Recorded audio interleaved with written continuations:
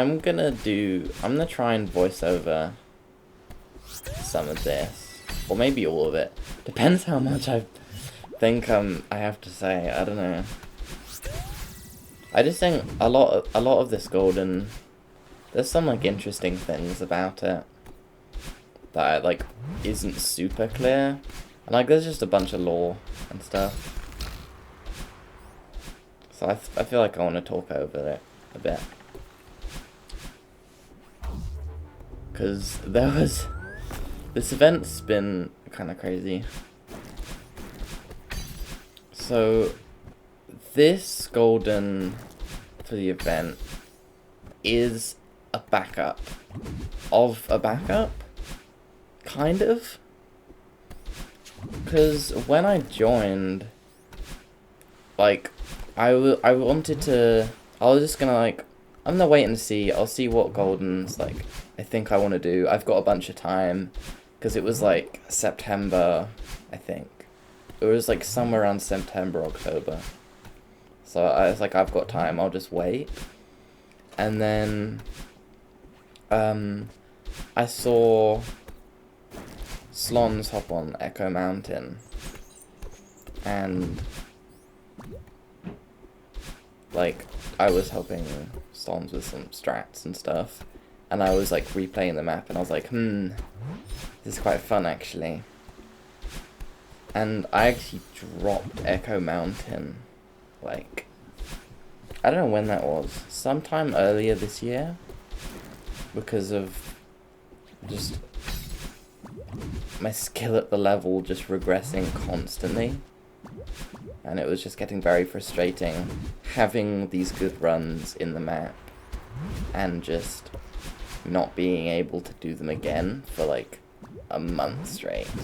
Maybe it wasn't that big, maybe I'm just, maybe it was more like a few weeks, but it felt like a long time compared to how long I had on the map.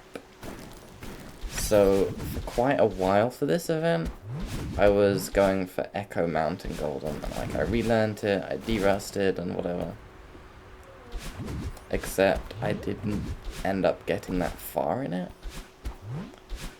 Like, I was still just as mind blocked on the exact same room as I was when I dropped it months ago, which was CP2 Final, which is one of the hardest rooms in the map, I'd say. But like, it felt pretty bad. Because I think in the event I ended up having 2 to 3 more deaths to that. And I started with like 3, I think. And I ended up like nearly doubling my time in the map. Or like, no, that was not true. I had like 39 hours or something. And I dropped it, like I re-dropped it for the second time at around like 50 something. I think it was like late 50s. Which also means I lost the Dragon Gambit, which I didn't really have hope in winning in the first place. Especially since like a lot of time is gonna have to be put into like derusting really. And getting better at the map again. So I ended up dropping that, and I was trying to think of like some things I wanted to do, because I still wanted to be in the event. Like, there were backups at the time, but I still wanted to do something. But one of the ideas that me and Nene had like very early in the event was to do some sort of Golden with Deathlink, because we've tried to do that before. It was really fun. So, when I dropped Echo Mountain and Nene had to drop her Golden for hand reasons, we decided to look at some like tier 6 to tier 8 to see what would be fun with Deathlink, because we wanted to do something pretty hard Deathlink. But obviously not something, because Deathlink is interesting. Something like EOTS is so much easier as like a tier 7 to 8 then it would be a short hard golden that's like tier 6 or tier 5. Just because short hard golden is just more gambling, and Deathlink just doubles that. But with the OTS, you're going to be like 99% consistent at over half of the rooms. Like, my success rate for all the CP1 rooms really is nearly 100, probably. Like, this room's like 97. I don't even know why I died to this room, to be honest. Or maybe I didn't, because sometimes I've deathed the rooms, and it's because, like, of a Deathlink death that wasn't in that room. It was like a room ahead or room behind or whatever. So, like, my stats aren't 100% accurate. But they're pretty accurate most of the time. What was I saying? Oh, what was I saying before? Oh, I lost the train of talking. Okay, where was I? Okay. UTS. Okay, Deathlink. Okay, yeah. We looked at a couple maps. One of them was Karo Summit. Neither of us, like, really wanted to do that much. We looked at Cosmic Column, A-side, which would have been... I can't imagine doing that one. That seems, like, so bad, Deathlink. Because you're just doing, like...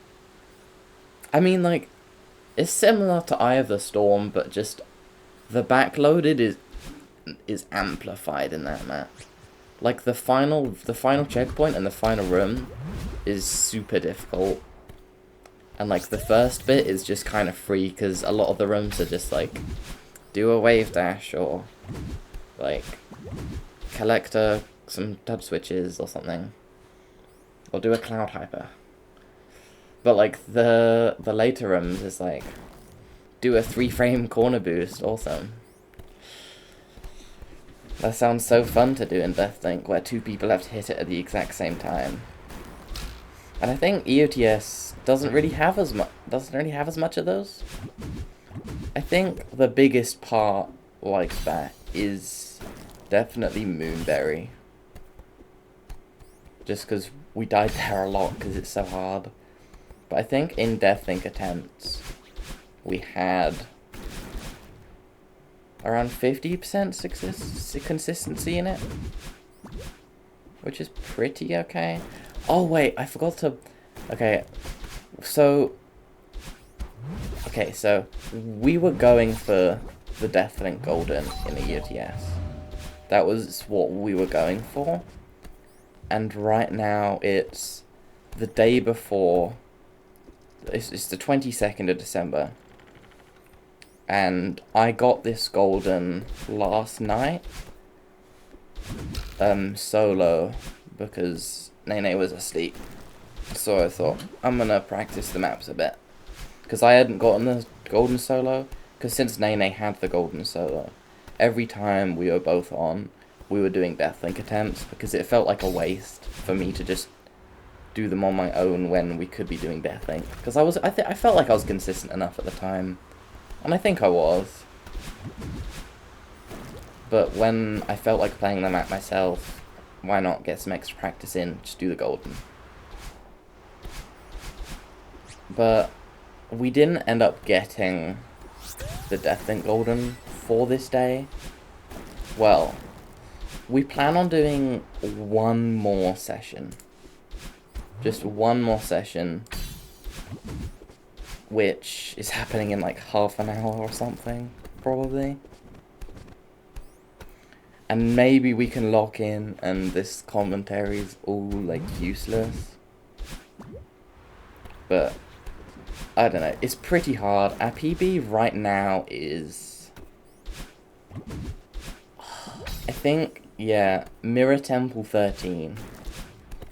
Both of those runs in the best runs in the top left. The MT13 were both in Deathlink. One of them was me, one of them was Nene, to the exact same input.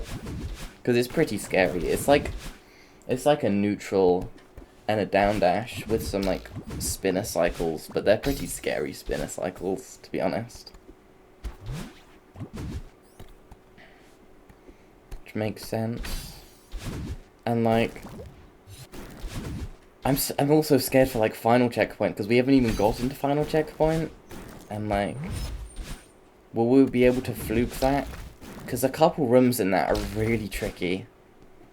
Like, I find AD9 very difficult, especially because there's just 2 3-frame demos and like 2 4-frame demos or whatever, which normally would be like pretty easy, but it's at the end of like a 25-minute golden, and then all of a sudden it becomes not very easy at all, because the nerves for that is actually crazy.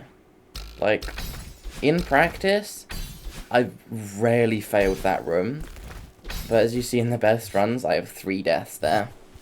2 to the 3-frame demo at the start, and 1 to, like, the whatever frame demo at the end. Also, Moonberry strat, very awesome. I would not be doing this golden without the strat. It's so cool. Like, it is still very difficult.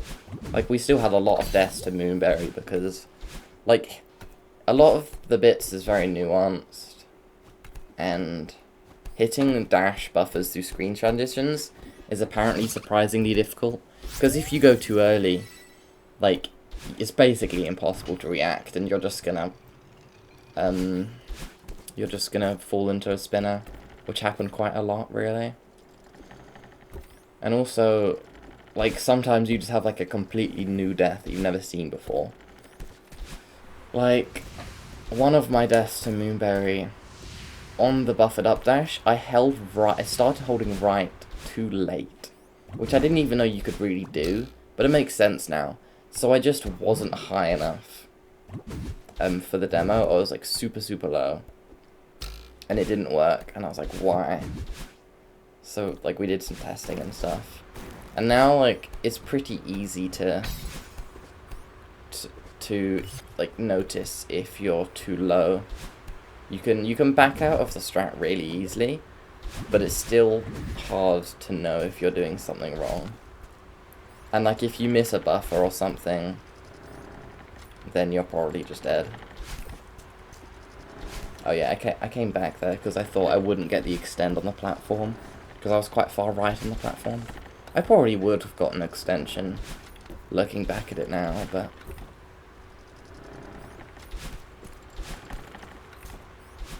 Okay, CP2 entry. This is, like, a pretty good run at this point. I have 17 runs here, both in solo attempts and deathlink. I think around 4? No, more than 4. I think around, like, 6 of these are deathlink. I'm trying to remember what runs we had. Maybe 6 to 8 or something. Somewhere around that range.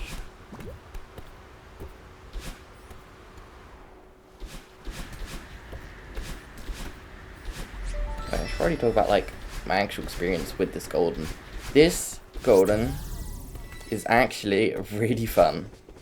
I didn't expect the golden to be fun, considering, like, it's Eye of the Storm. It's got a bit of a reputation with the modded golden community as being entity golden, rah, scary, terrible. But I thought it was really fun. Like, CP1, I thought CP1 would get boring very quickly, and I'd start to, like, lose focus and just try and speed through it. But it actually, the gameplay is varied enough where it's not just boring, and it's got, like, enough not free rooms where you're not just turning your brain off, but it also, it's turn off brain enough. You can turn off your brain enough so that it's, like, you don't have to fully focus, because that would make it quite draining to do. And, like, for this entire attempt, up until, like, final room, I think, I was just listening to a podcast while playing the game. Because, like, this map does not require 100% of my attention. I mean, I probably should have turned it off a bit earlier than final room. But last time I turned it off, I ended up, like, dying immediately. Because when you turn that off, you're kind of... It's easier to get nervous, I think, for me. Because I'm thinking about the map. And if I'm actively thinking about the map, I'm thinking, oh, what could go wrong here? And, like, that means I'm prone to overthinking a strat or something. I'm like, it's better to just get in the flow of just doing the thing you normally do for every room. Maybe, like, lock in on some of the harder rooms. I feel like the only thing that makes this golden bad... Like, no, this golden isn't bad. I love it. But it'd be nice if Moonberry wasn't. Like, the hard rooms aren't the best kind of hard. But I think that's okay just because they're so few and far between them. It's just like Moonberry, the demo room and final checkpoint. That one move block one that's like really difficult. A couple of, like a bit of the final room is very hard. But yeah, I would genuinely recommend this golden if anyone likes endurance stuff. Because like, and you've got like, you have to enjoy taking it slow. Because you can't just rush through this map, otherwise you're gonna have like a trillion silly deaths. And you've got to like accept that you're gonna have to do strats for things that seem trivial at first. Because even if something is like 99% consistent, a strat could make that 100% consistent, which in a short map, like, why would you do that? There's just no point, really. But in this, it's really, really important to just be looking for any way to remove deaths. Just because the deaths are so costly in time. Like, I think an example of that is, like, 92, I think the room is. It's where, like, it's wind and there's crumble blocks. Oh, that's a terrible description. They all have wind and crumble blocks. But, like, at first, I was just, like, wiggling, trying to, like, control my position in the wind, and trying to do some really, like, jank thing. But, like, after a while, I was, like, 5% consistent in the room. I was dying there. And 95% consistent in CP1 especially, that's considered bad. So I was strat finding for a while, and I found that you could just jump and corner boost on the top instead. And like, I don't know if that strat existed before. I know I saw an Air Steps video. There was like a whole buffer set up, and like where you corner jumped like twice to just get over, which seemed like it worked, but it wasn't any more consistent for me than just doing the room normally. Oh yeah, I had a death to that room. That was one of the worst moments of doing Deathlink attempts. I felt so bad after dying to one of the easiest rooms in the map, because my hands just didn't do... I don't know what happened. Like, instead of like a medium jump and dashing over the platform with spikes, I did like a really tiny dash jump, or jump dash. It's like 3 frames in between for some reason, and I ended up dying. It was actually ridiculous. I think that was one of the times where I've been most annoyed at Golden Death.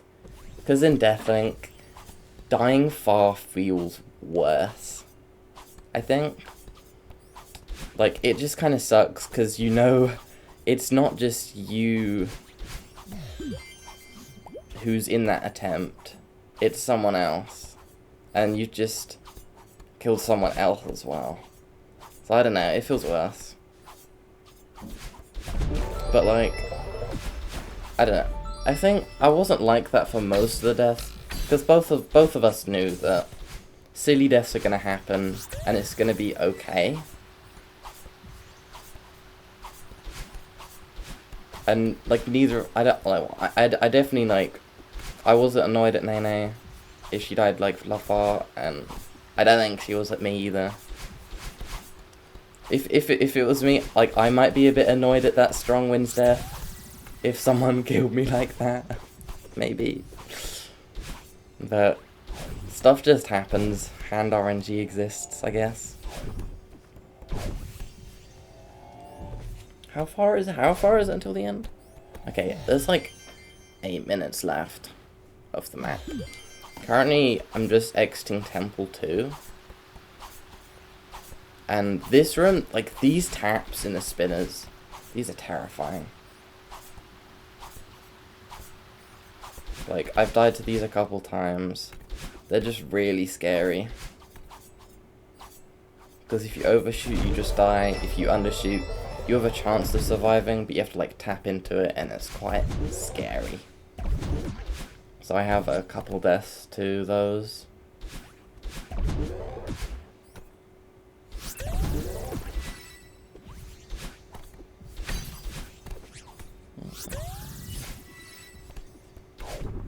Oh yeah,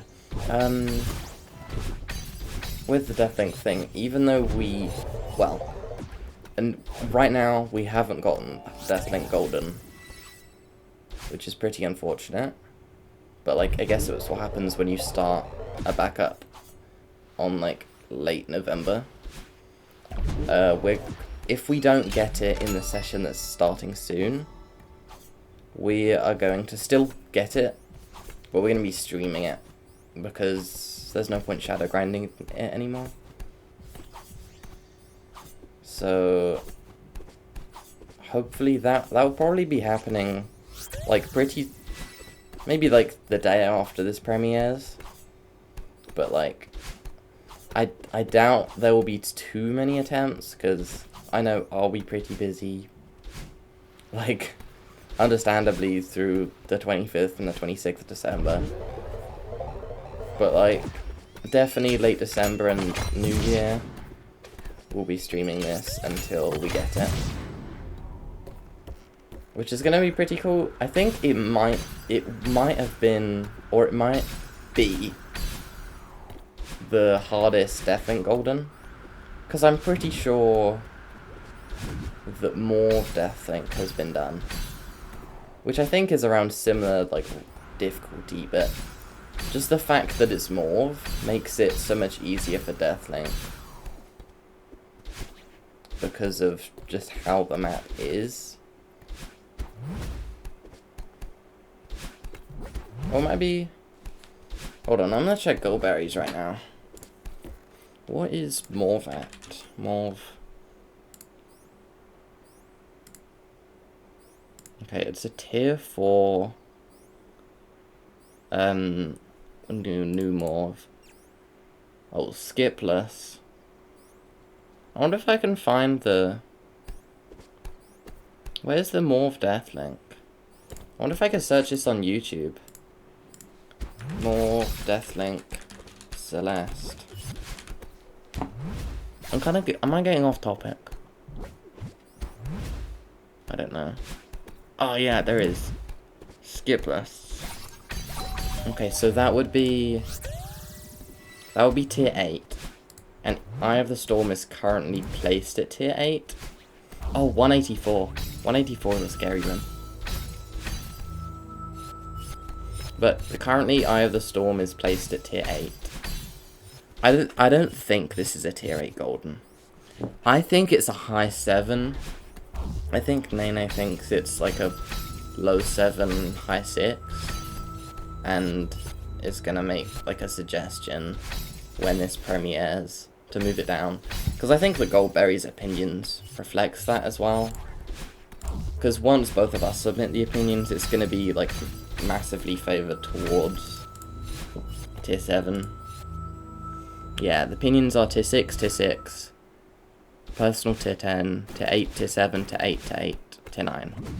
Tier 7 even, not tier 9. 2, 7, 2, 6, 3, 8. But when we submit, it will be like 4, 7, 2, 6, 3, 8. So I think tier 7 makes more sense for this map at that point. Okay, we're in Temple 3 now. I had one death this room in solo attempts because I missed one of these buffers or something. Like, I don't know, it's an easy room, but like anything becomes chokeable when you're 25 minutes into like a golden like this.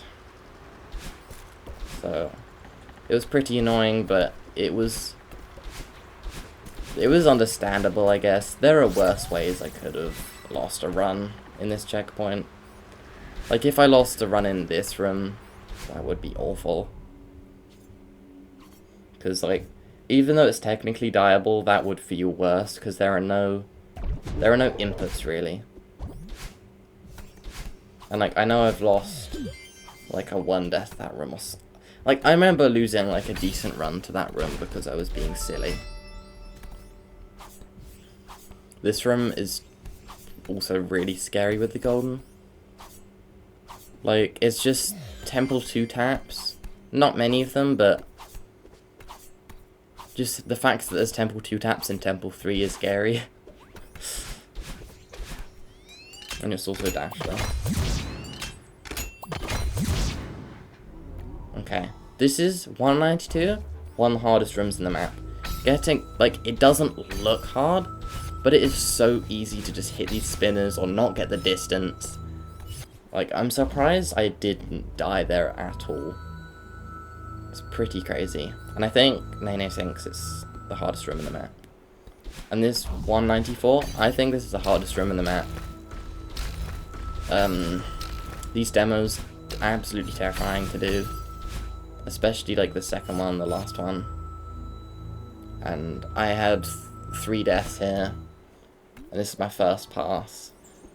This one, it looks similar to 192, actually much easier, because these spinner structures are like significantly lower than in 192. So this one isn't too bad. And then at this point, I know it's a final room entry. This room has no gameplay. And then I actually found like a really good way of doing the beginning of final room. So right now I'm going to be pulling up my notes. I think I turned off the podcast I was listening to. Basically, it's just a sequence of crouch jumps that make you get over these spikes every time. So it's like 5 right, 2 neutral, like, and whatever, 3 neutral, yeah. I don't remember it. I was just looking at the notes. You don't even really need to look at the game while doing this, because it just kind of works. As long as you're waiting for you to stop before doing each jump, there's like no way of dying.